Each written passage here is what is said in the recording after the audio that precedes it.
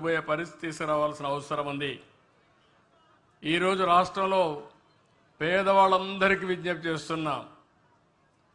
పేదరికం అనేది మీరు తెచ్చుకునేది కాదు, కానీ తరతరాలుగా మీరు అక్కడే ఉన్నారు, ఇబ్బందులు ఉన్నాయి. ఈరోజు నేను తీసుకొచ్చే డబ్బులు ఉండేవాళ్ళు కూడా వాళ్ళ జీవితాల్లో ఒక అవకాశం వచ్చింది. మన కళ్ళ ముందర ఇండస్ట్రీ పెట్టారు, 100 మందికి ఉద్యోగాలు వస్తున్నాయి, ఆదాయం పెంచుకున్నారు. ఈరోజు నేను తీసుకొచ్చిన విధానం వాళ్ళ తెలివితేటలు, వాళ్ళకుండే వనరులు ఈ పేదవాళ్ళపైన ఖర్చు పెట్టి మిమ్మల్ని కూడా ఎక్కడికక్కడ మనిషికి కావాల్సింది సరైన సమయంలో సరైన సహకారం.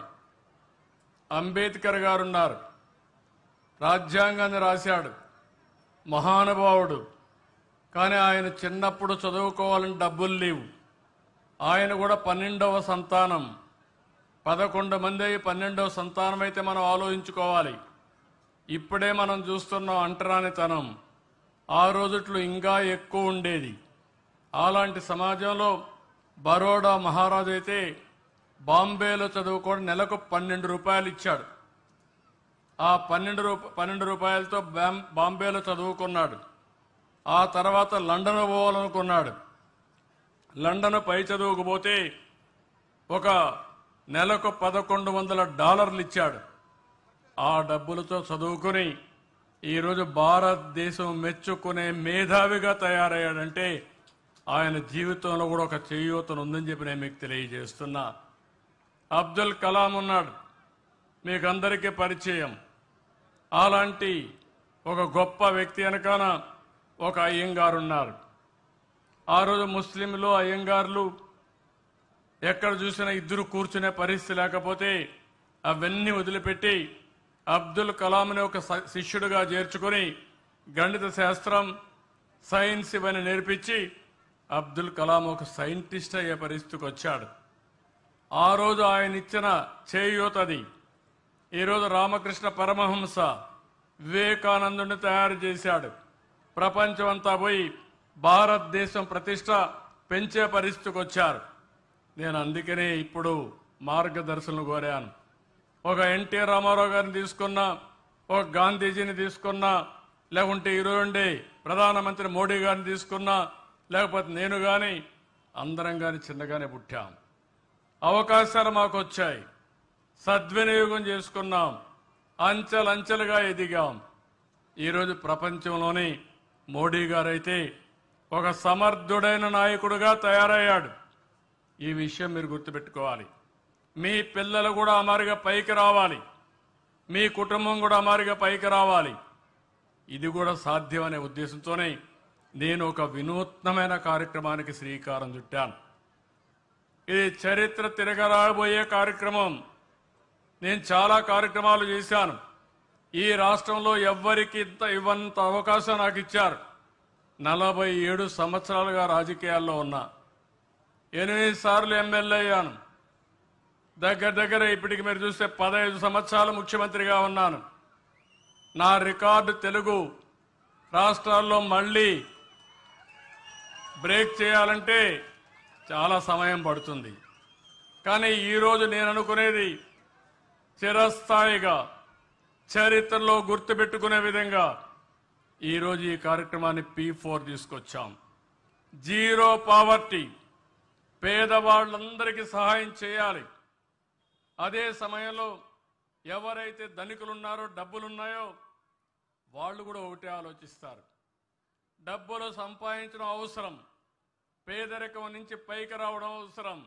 ఆ తర్వాత మీకు తృప్తినిచ్చేది మీరు సమాజానికి ఏమి ఇచ్చారో అదే మీకు తృప్తినిస్తుంది. వాళ్ళు కూడా మీరు విన్నారు, మేము ఇన్ని పనులు చేశాం.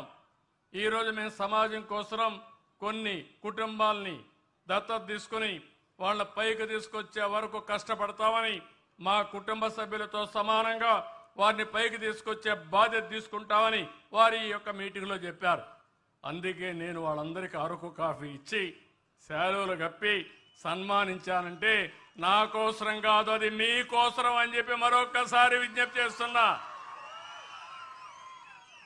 ప్రతి ఒక్క వ్యక్తి ఒకటి ఆలోచిస్తారు, సమాజంలో గుర్తింపు కావాలని, సమాజంలో గౌరవం కావాలని. డబ్బులు సమాజంలో గౌరవం తేరు రాదు.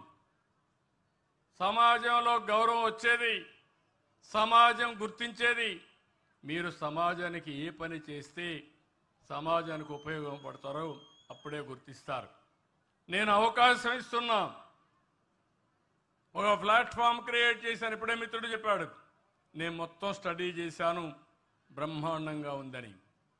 ఈ ఊర్లో ఈ యొక్క సచివాలయంలో 41 బంగారు కుటుంబాలను ఐడెంటిఫై చేశాం.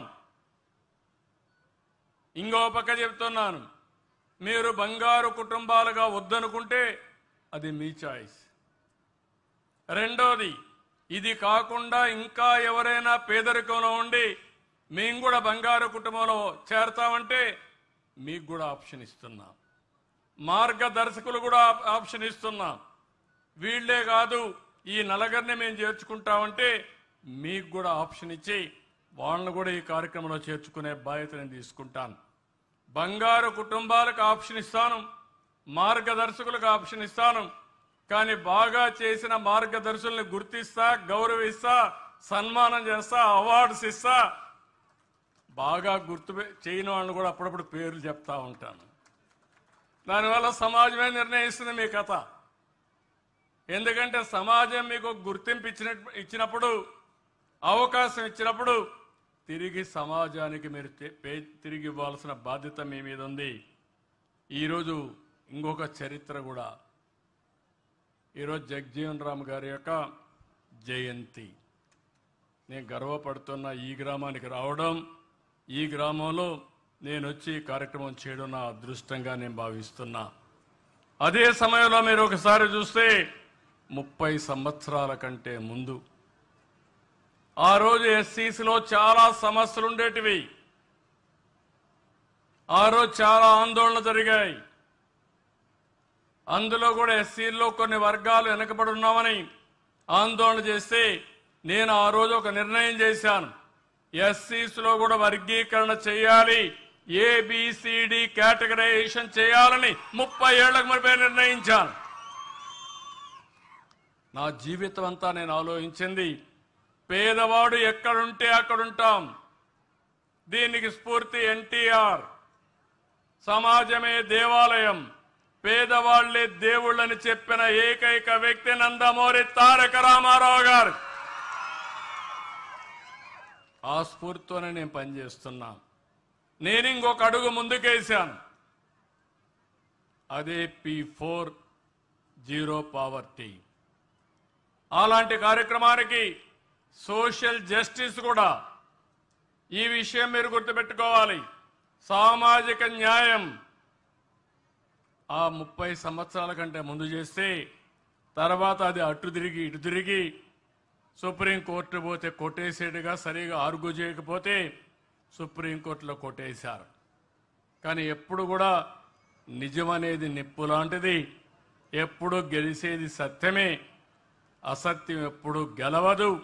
నేను ఆ రోజు తీసుకున్న నిర్ణయం సరి అయిన నిర్ణయం అని 7 మంది సుప్రీంకోర్టు బెంచ్లో నిర్ణయించారంటే అది తెలుగుదేశం పార్టీ 30 ఏళ్లకు మునుపు చేపట్టిన కార్యక్రమం.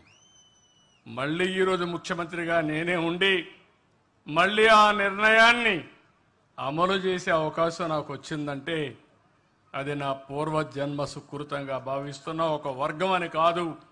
ఎస్సీల్లో కానీ, బీసీల్లో కానీ, ఎస్టీల్లో కానీ, అగ్రవర్ణాల్లో కానీ పేదరిక నిర్మూలన, అన్ని విధాలుగా ఆర్థిక, రాజకీయ, సామాజిక ఎక్కడికక్కడ సోషల్ రీఇంజనీరింగ్ చేసి ముందుకు పోతామని చెప్పి కూడా నేను మీకు తెలియజేస్తున్నా.